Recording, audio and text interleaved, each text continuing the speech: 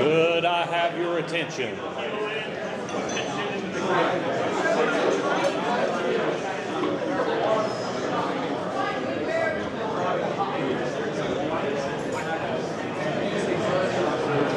Good evening.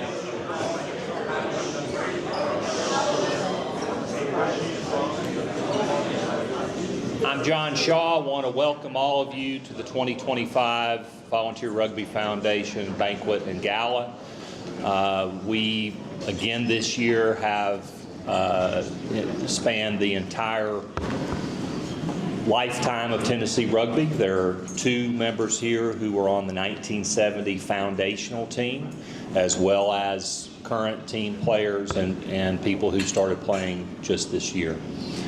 A couple of items, just a housekeeping. I want to remind you about the silent auction, which is online only. Logan McNeil is going to talk about it in just a minute.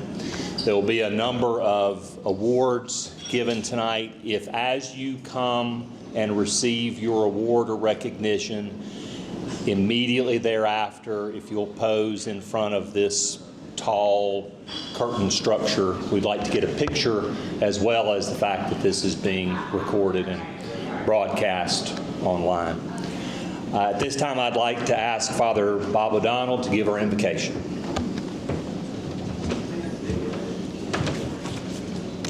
And it's actually appropriately written as a Thanksgiving, since we're at this great junction of the night. So let us pray.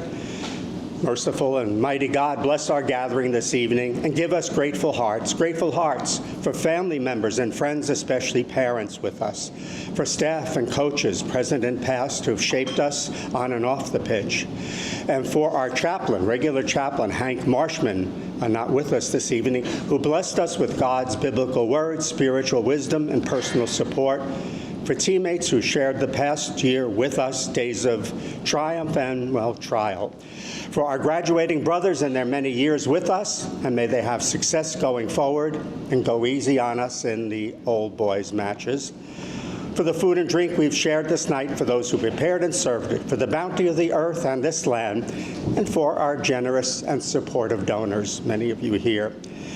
And lastly, a traditional, Lord, continue to bless these gifts for our strengthening and us to your service now and forever. Amen.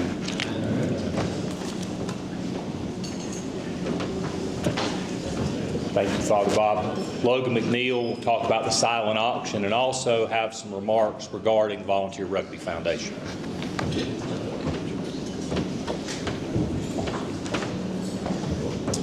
All right. Can everybody hear me okay? Does that sound a little bit better? Cool. Yep, in the back. Thank you. Hey, hello everybody. Welcome to the annual VRF Gala. I'm up here as part of our chairman, Scott Sandman, who cannot be here this week. His daughter's getting married next week, so he's at home dealing with Laquita and taking care of all of that. And so I'm up here to kind of talk a little bit about the Volunteer Rugby Foundation. Volunteer Rugby Foundation has been around for a long time, back when I played between 2011 to 2015. And its job is really to try and enable and help out the team in whatever we need to, whether it's travel, providing monetary funds for the Stephen Harris over here, and whatever the team needs, we're out here to try to do that. Obviously, there's lots of other stuff out here you guys will hear about, the Robertson Foundation, other ways to donate, to get involved with the team. And really, we just want to kind of bring this back and put this on every year for the current players to say, hey, there's a lot of us out here, a lot of old boys who really care about this team. We really care about you guys. We love to see you all, the way you grow, the way you start as children when you come into the school, and then the way you end up becoming men after you leave. And so this is supposed to be a celebration, so we're really excited to get out here and get going. Silent auction in the back. I'll just do this real quick. If you have a problem, come find me. I made it and I did it, so if you want to complain, come find me and I will deal with that. So thank you guys for that. Trying to do it online, do it a little bit different this year. So with that, let's go ahead and get started.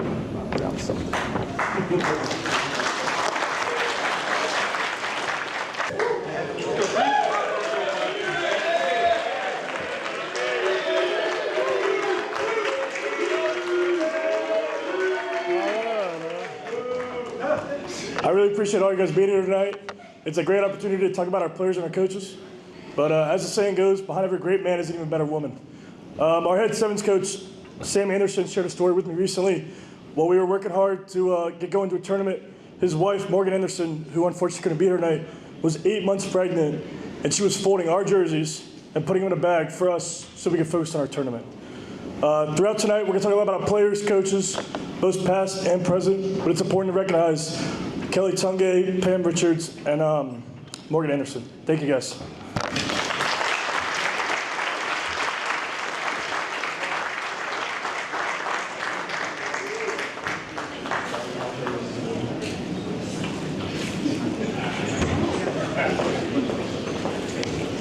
Now, Marty Bradley to speak a few words about the Butch Robertson Endowment.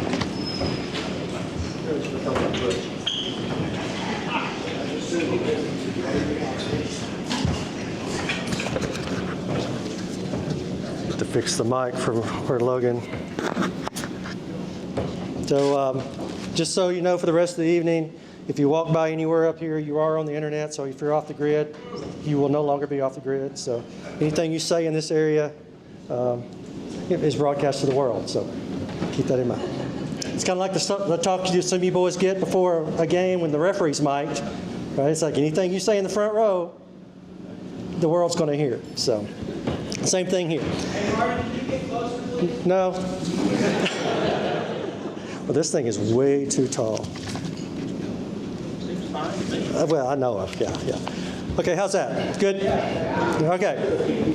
So I'm here just to say a few words about the Robertson Endowment. I think everybody, hopefully everyone is familiar with what that is, but I'll take a couple of minutes to explain.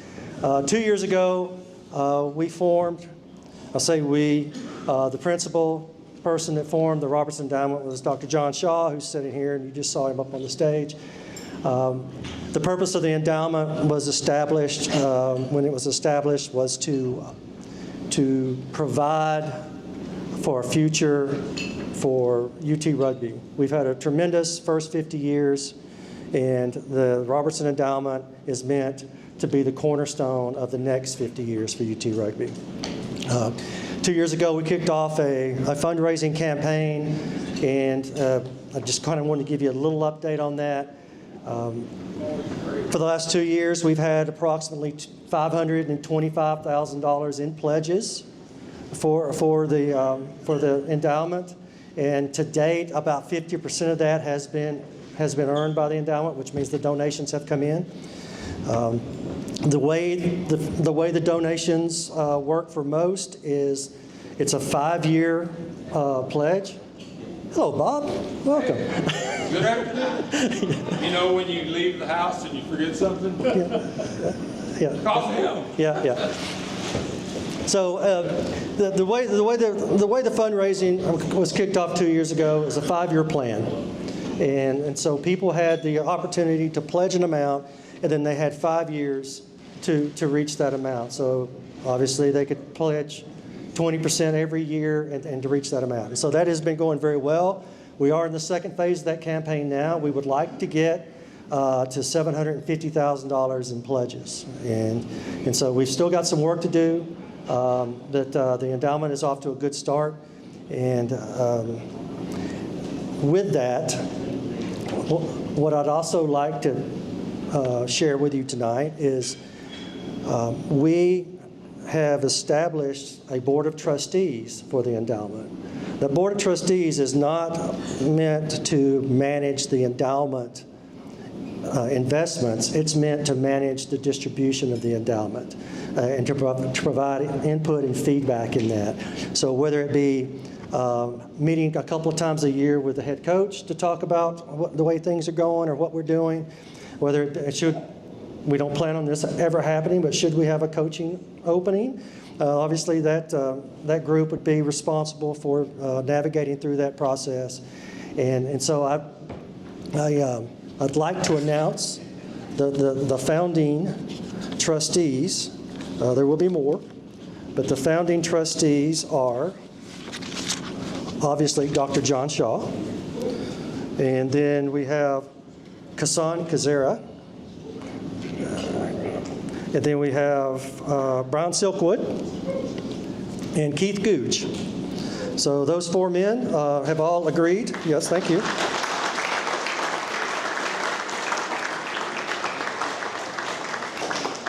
Those 4 men have all agreed. They've been very instrumental in the development of the endowment and its success early on.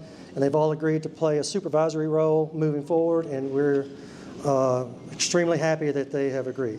So, and I think I am done. So next up, I'm going to go ahead and just pass it off to the coaches. Yeah, ask the award winners to go where Eva tells them to stand. Okay. So, okay, award winners. I know you're excited when you come up here and get your award, but don't run out of the room. Get over here, and there will be a photographer somewhere that's going to direct you to have your picture taken with the award. So don't run back to your seat. Eva, stand up. I don't know where she is. There she is. She'll come. There'll be this. Most of you guys are sitting over here anyway, so it'll be this way. So just look for her.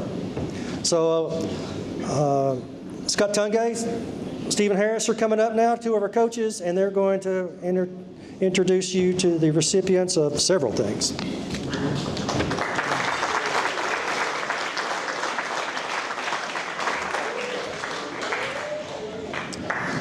Thanks, Marty. All righty.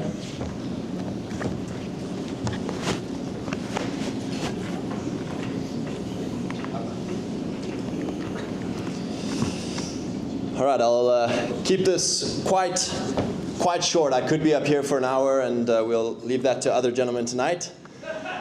Firstly, I would just like to thank God for giving us this opportunity to play this awesome game. I think, you know, when you just think about the ability to play a contact sport, a combat sport, a blood sport, so much goes into it that, you know, for young men, it really is a privilege to play this game. When you stop playing, you look back fondly on the memories, on the friendships that are forged. So I would just like to really just have gratitude to the Lord for that opportunity. To my beautiful wife, thank you for coming along on my mission with me, being my helper. Really appreciate you. Having been on the outside of this club, I have a unique perspective of just how respected this program is. And I take seriously my role of sustaining that culture of success and respect into the future. Our vision is to be the best state school rugby program in the Eastern United States by 2031. To the leadership group, I've leaned heavily on Mike, Feebig, Okan, and Corbin. You guys pulled a lot of weight for me this year. Thank you, gentlemen.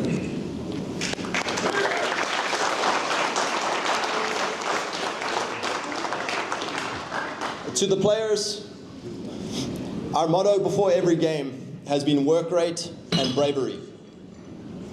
That is what is encouraged and honored in this club. It's what's celebrated, work rate and bravery. And you lads have done a great job of living that out. So well done to the players. Running an ambitious program of 65 players is a busy operation. And here are all the volunteers behind the scenes who make it work. The trainers and medical staff who keep us running. Izzy, Schaller, Greer, Dr. Larrabee, thank you for the time and skill that you put into our lads. Hank Marshman and Father Bob O'Donnell, thank you for taking an interest in our players' lives and being at our practices and traveling with us. You're a big part of why UT's culture is different to most other teams I've been on. Matt Noss, thank you for bringing a calm, no-nonsense, get-on-with-it attitude to the forward pack. One of my favorite things that Matt always says is, guys are all chatting about patterns or plays, and it's like, oh, just play what's in front of you. I love it. That was pretty good. Jason Richards, thank you for joining our team in the fall. Your technical coaching has been a really good addition to our team's set-piece dominance. Eddie Cullen, another new addition. Eddie has been extremely helpful to the club with our recruiting and help in networking and navigating the complicated university procedures. We may even have the use of a power tee in the nearby future.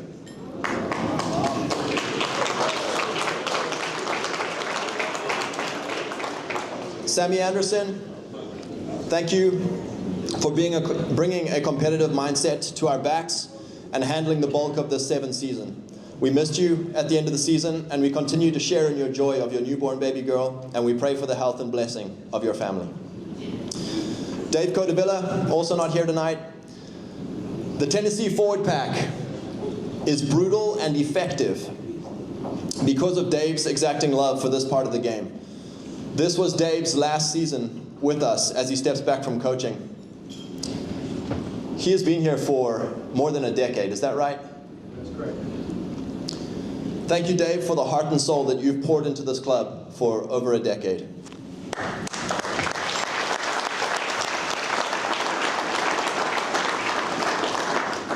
Butch Robertson. Butch has walked with me, slowly, through tough results this year, offering sage advice and time-tested case studies that apply to every challenge at hand. I appreciate his eye for detail and his high standards for the culture of this club. Butch, I really appreciate everything coming along this year, and the continued softening of heart, because I hear more and more compliments given from Butch to players that,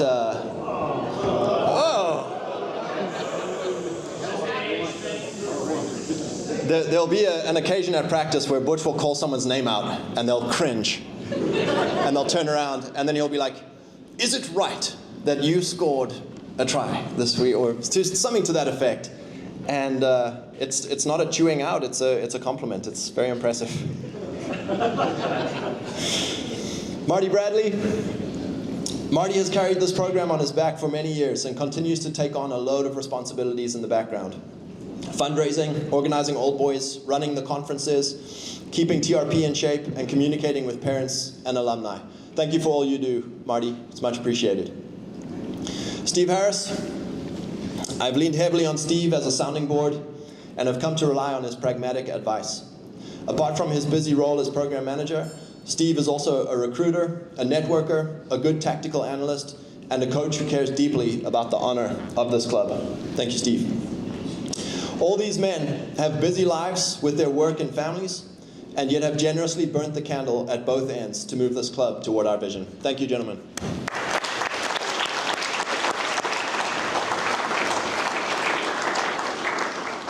With our vision to be the best state school program in the East, we scheduled 5 D1 opponents this last fall.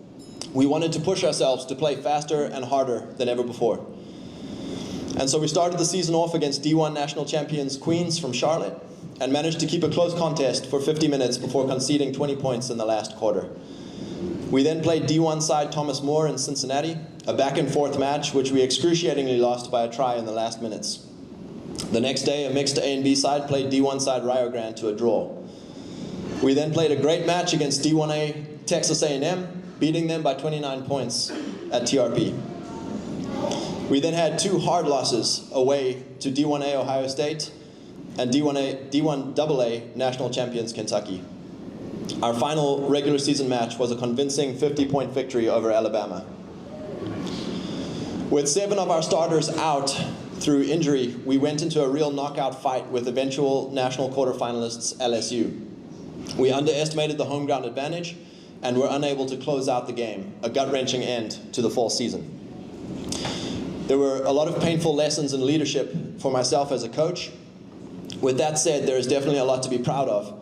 The boys fronted up to a brutal D1 schedule and played with bravery and hard work rate toward the standards that we want to achieve every year.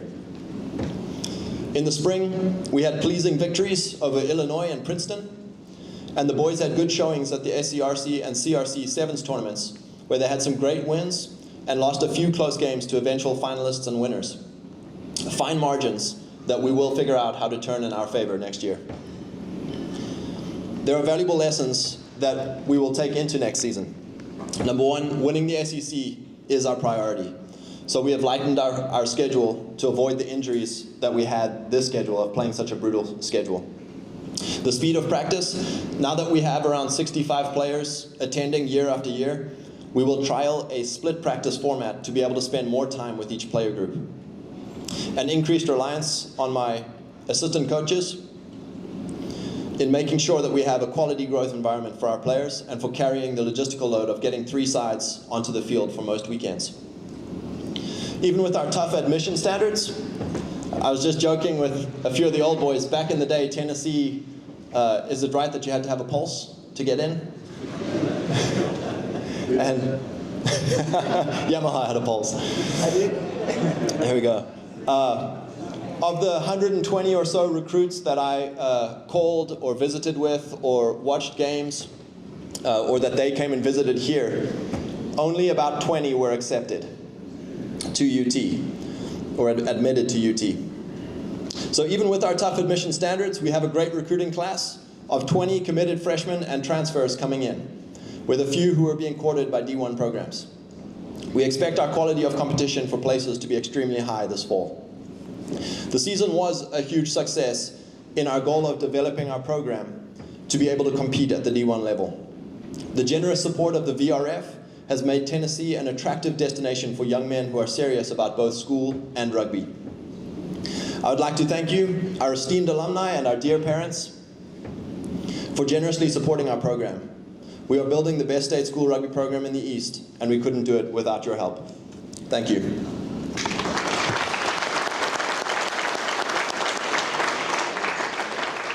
All right. right, so we're going to move on to player awards. You want to do the first one, Steve? Yeah, I got you. Great.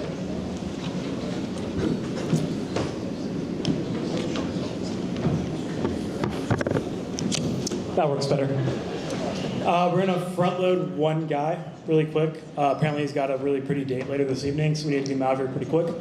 Background on this award, it's the Scholar Athlete of the Year. This young man, as a junior, has a 3.9, 4.0 most semesters, but a 3.9 overall. Has done a lot of work to carry the team in certain moments, including winning a game-winning try in the Sevens National Tournament last year in overtime against North Carolina. Put a lot of heart and soul into this program. All the Friday night games we played this last fall, he found a way to knock out exams, whatever needed to be done, get on the road and be there in plenty of time for the match. So without further ado, the 2025 Scholar Athlete of the Year is Joey Scorlock.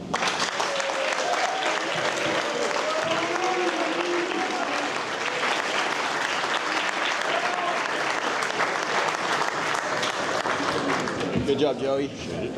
Let's go get a photo down there with Coach Steve. Do you want to go down? Yeah. Steve. Thanks.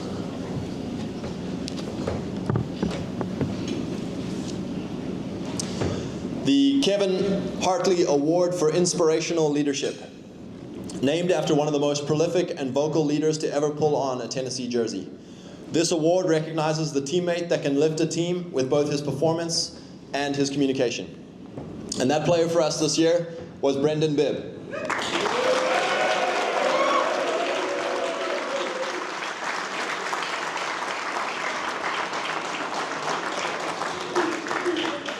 Before he gets this, Bibb was a key member of our team over the last 3 seasons, an aggressive and smart player who loves contact. He was deservedly selected for the SEC All-Conference team and named as a collegiate All-American. Brendan has exemplified passionate leadership for our team.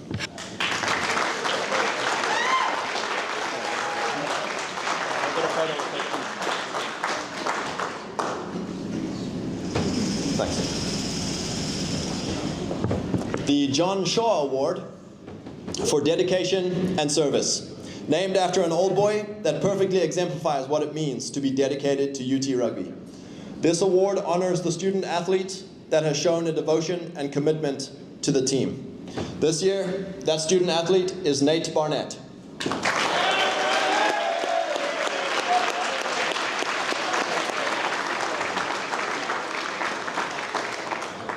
Despite spending most of his last 2 seasons sidelined by serious injuries, he has been a positive presence, showing up to all practices, all matches.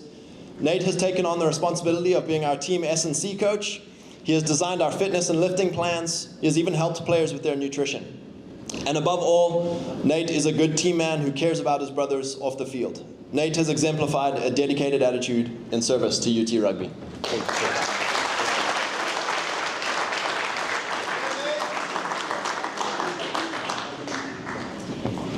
Captains. All right, the next one are our plaques for our captains. These 4 gentlemen, one of them is not here. He's in Ireland. That's Mike McGettigan. He's in Ireland this semester, playing over there. But these 4 gentlemen have carried a really hard load. They've led from the front.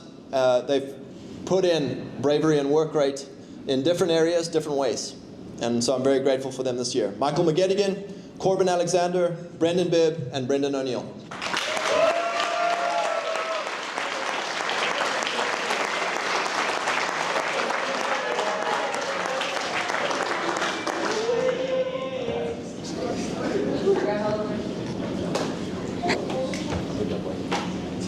You guys look good.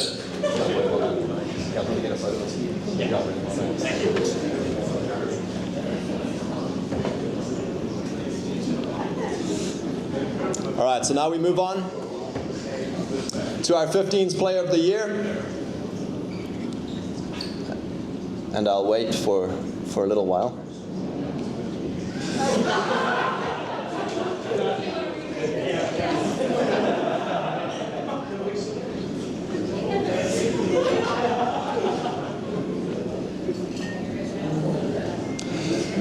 This player was one of our leading try scorers in the fall. He was a leader with dominant tackles, and he led in post-contact carry meters. He was an SEC All-Conference and collegiate All-American prop forward, Brendan Bibb.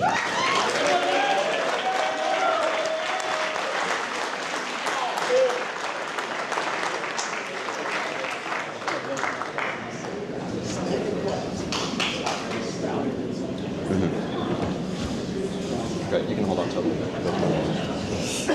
All right, our sevens player of the year. A player who is key to our restart game, our line breaks, and our tries scored. He gives opposition coaches nightmares, and an absolute giant of the game. SEC, All-Conference, and 2-year collegiate All-American 8th man, Matthew Beacom.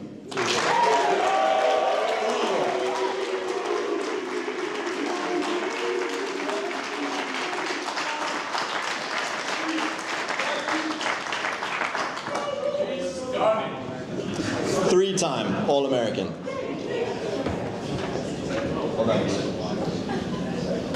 Thank you, Coach. Do you want to do the Ironman?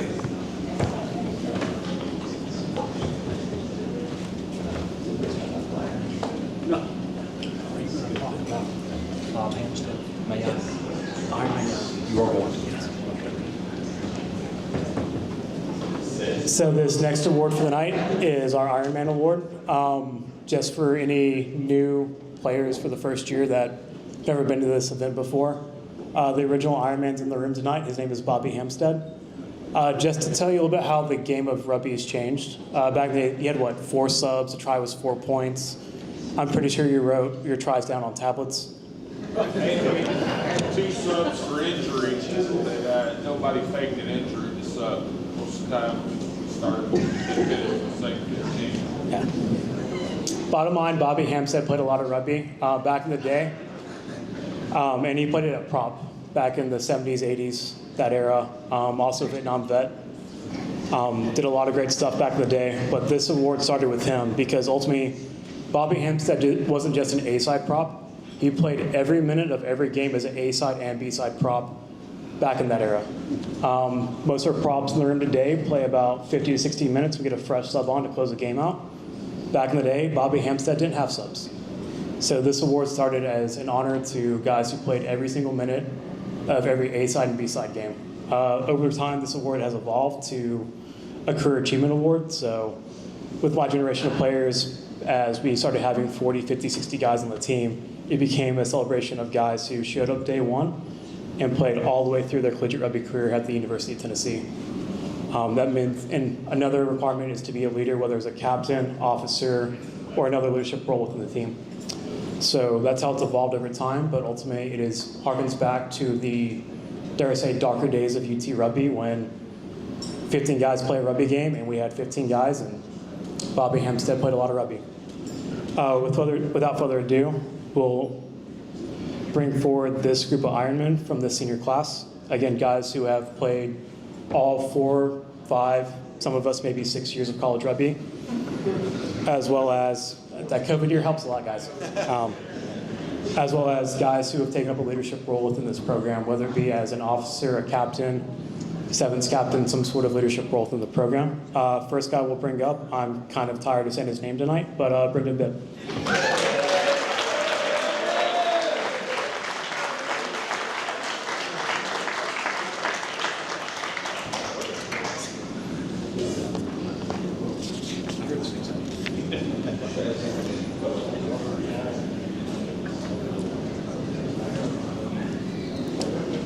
This next young man will have an asterisk by it because he told us about a week ago that he's going to do a victory lap in a master's program. So he better play next year. We're taking the trophy back. But Elliot Kristoff.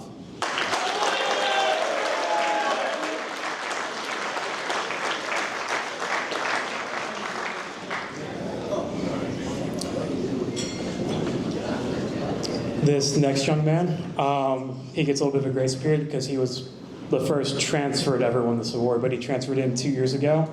And in my opinion, outside of Sammy Anderson's the best fly half I've ever seen wear the Tennessee jersey. Granted, I didn't get here till 2010, but I missed some guys. But bottom line, Brendan O'Neill had a legendary game-winning kick when we came back from 24 points down at halftime to beat Alabama at Alabama. And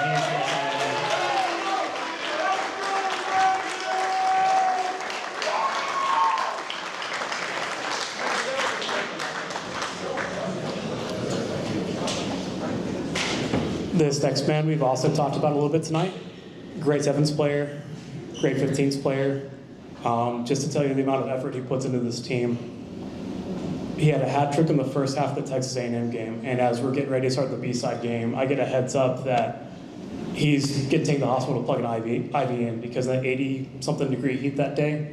He literally gave everything to the point that he was so dehydrated, going into shock, that we had to take him to the hospital to get, what was it, 3 bags of IVs in him? Overall, put a lot in. Matthew Beacom.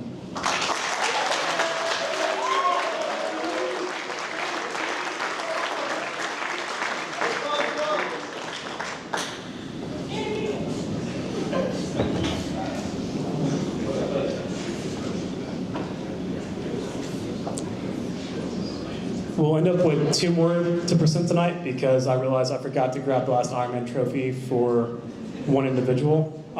This kid is scrappy to the point of actually the next 2 guys I'm going to introduce got a little chippy in a touch game yesterday. But one of them is one of the toughest scrum halves I've ever seen play here in my 15 years around the program.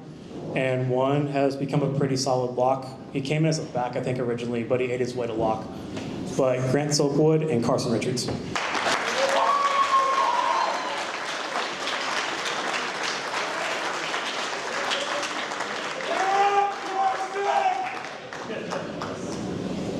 Sorry, I was a little far away. Had to do a little walk. Good job, Silky.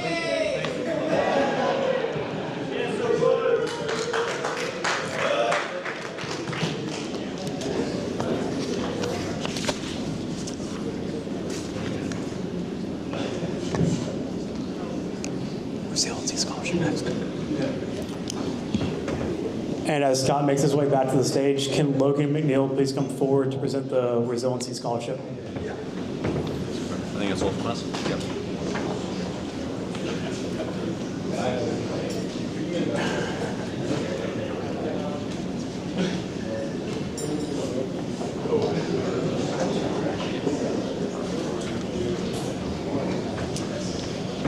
All right. Man, this has moved every time. We should just not touch it anymore. Got it. For a PhD, you're kind of slow on. Yeah, I know. Yeah, I'm a doctor, right? That's apparently it. I'll just hold it. So I'm up here to present one of our scholarships tonight. This is the Resiliency Scholarship. It's presented by one of my close friends, roommates, teammates, guy who been at all through all of our life, both Steve and I. Duncan Bintrim, I hope he's watching. This scholarship was kind of designed to honor players who fight back from whatever it is, and it's a way just so we show our appreciation for what they give to the club and the way that they fight through what they're going through. This person is a sophomore prop. I'm reading the notes here that Scott sent me, so excuse me if they're wrong. He had a broken hand all his freshman season. He still came to every single practice with the broken hand. He came back the next year and contributed well in the spring. And then this year he's had some nagging injuries all through the fall, but worked his way back to fitness and contributed well in the 7 squad while working at D1 and keeping on top of school. Can't say enough about this man. Great club man, great attitude, great work ethic, despite frustrating injuries. And so that's why he's getting this scholarship today. So Bailey Black, congratulations.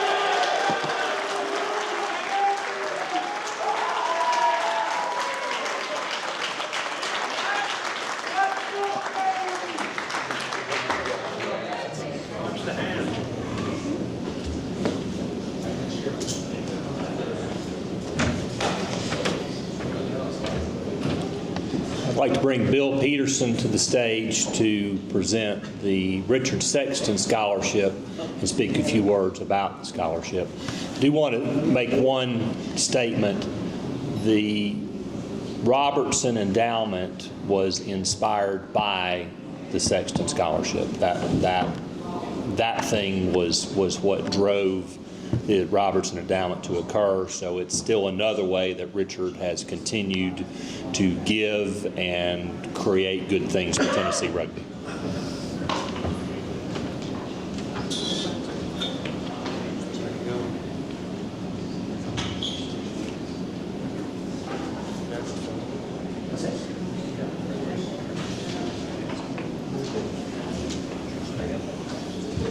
Good evening.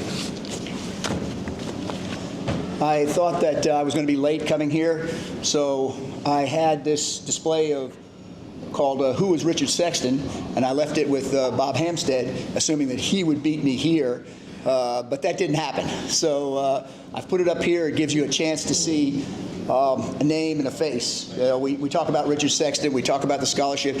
Most people don't, never met him, but there's some wonderful pictures there, and you can take a look at it. I wanted to say a couple of things. Maybe. I wanted to introduce a couple people tonight. There's Paul Brenneman. He is 1970 to 71. He was on the club.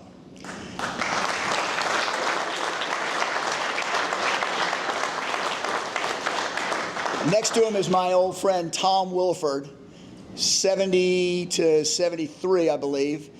The bottom.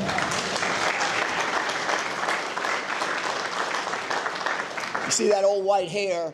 Take a look at that picture on the bottom there. The fellow with the headband and the hair and the beard. That's Tom. So have a good look there. You'll enjoy it. I wanted to call up John and Bob Miller. John? No, Bob. There are 6 people that are on the scholarship committee. Susan Sexton Stapleton Campbell couldn't be here tonight, but I'm told that she's going to be here next year, so that'd be kind of exciting. Brett Jones is not here, and of course Chris Finch is not here, so we're filling in for those guys, those people, obviously. So, yeah. Did you want to talk about this? Yeah. Okay. So I have the honor of giving out 2 scholarships. The first one is for young man Corbin Alexander.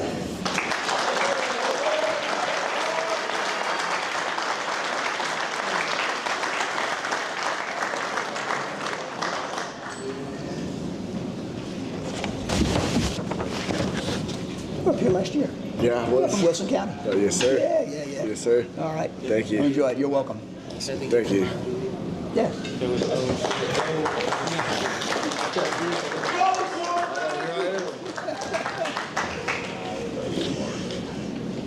The second award is for Aiden O'Connor.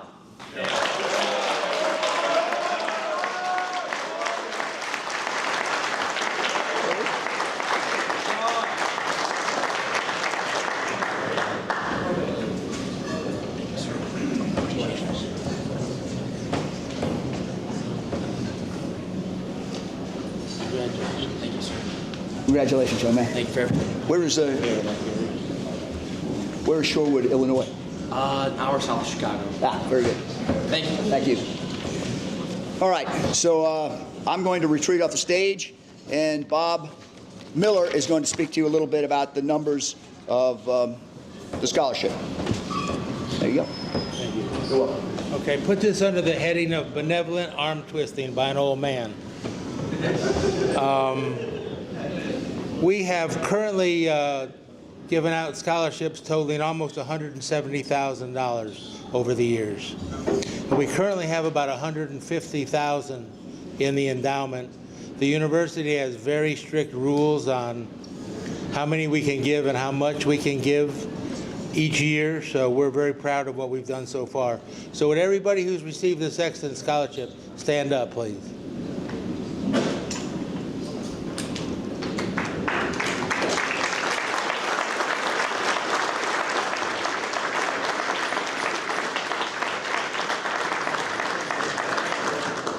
Okay, here comes the arm twisting. Every one of you in November gets an email from the university during the Big Orange Give. And I have been privy to a lot of the university's financial information because I'm on the Charlotte chapter of the alumni board. So I know that there's a trick that we can use to our benefit. So when you get that email, if you are diligent and you get down to the bottom of all the, you'll find the Sexton Scholarship and you'll find the Robertson Foundation Award opportunity too. So you can use that to do either of them. Now, if we get the greatest, it doesn't mean the most dollars, but it's the most people. So if we get a lot of people to just give $10 or $20 and we have the most number, of any other alumni chapter, the university will kick in an extra $1,000. So are any of you guys involved in alumni chapters at your home, or in Nashville, Memphis, whatever? If you are, if Scott has got a player coming, an accepted student coming from here, you can work with your alumni chapter and get them in consideration for your local chapter scholarship. So I talked to Scott, he's got one kid coming from Charlotte next year, and we're going to try to work on that. So that's it. So when you get that email in November, take it seriously. Thank you.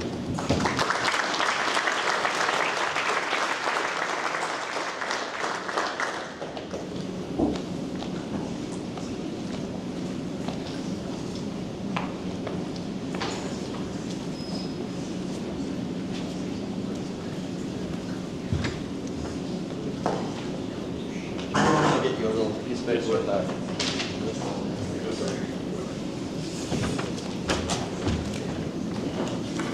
All right, so now this is a good group of lads. I've had the privilege of spending a good 3 years with them, and it's exciting to see them launching into the big wide world out there. So here are all of our seniors. If you'll come up and get your stalls from Coach Steve. So Brendan Bibb, come do some walking again. Matthew Beacom, come on up. Matthew Beacom, Elliot Kristoff, Spencer Daves, Grant Silkwood, Dalton Woods, Rodrigo Garrido, Brendan O'Neill, Eric Wilson,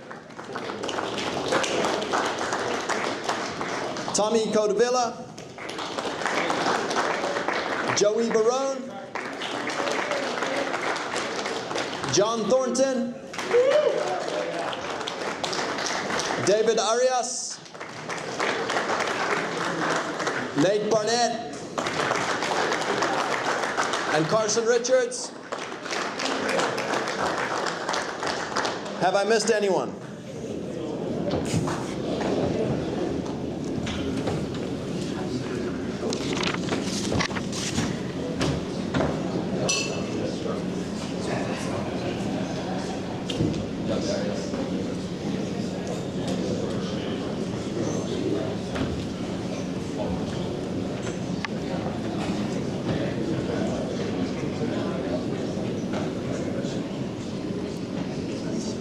The picture's taken. We'll have a 10-minute recess. Get your final bids on the silent auction. Fill your glasses and make your restroom break. In 10 minutes, we'll have the Captain's Circle induction ceremony. 10 minutes.